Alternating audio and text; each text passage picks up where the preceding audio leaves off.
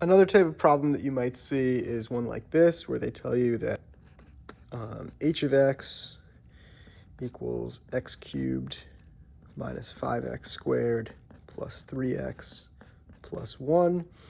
1 is a 0. And they want you to express h of x as a product of linear factors.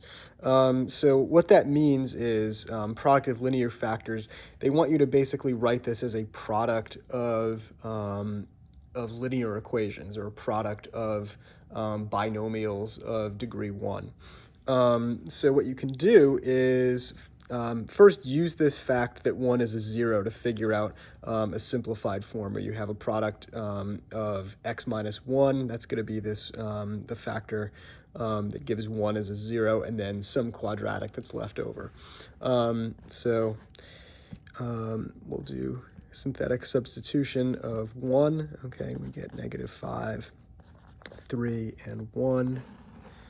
Okay, pretty simple. So we do 1 times 1, that gives us 1.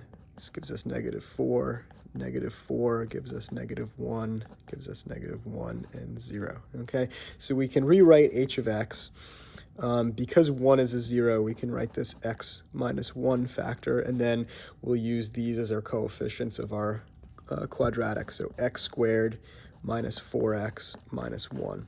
Okay, and then we just want to find the factors of this. So you can see, again, pretty clearly that we can't just factor this, so we can use quadratic formula. So we'll do opposite of b, so that's 4 plus or minus the square root of b squared, so that's 16, minus 4ac, so that's going to be minus 4 times 1 times negative 1. Okay, so that's plus 4. So we're going to have 16 plus 4, or square root of 20.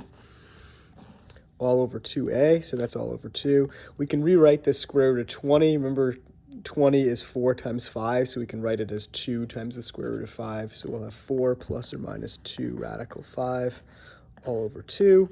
And we can simplify this even further by dividing the 2 into this 4 and to this 2 here. So we have 2 plus or minus radical 5.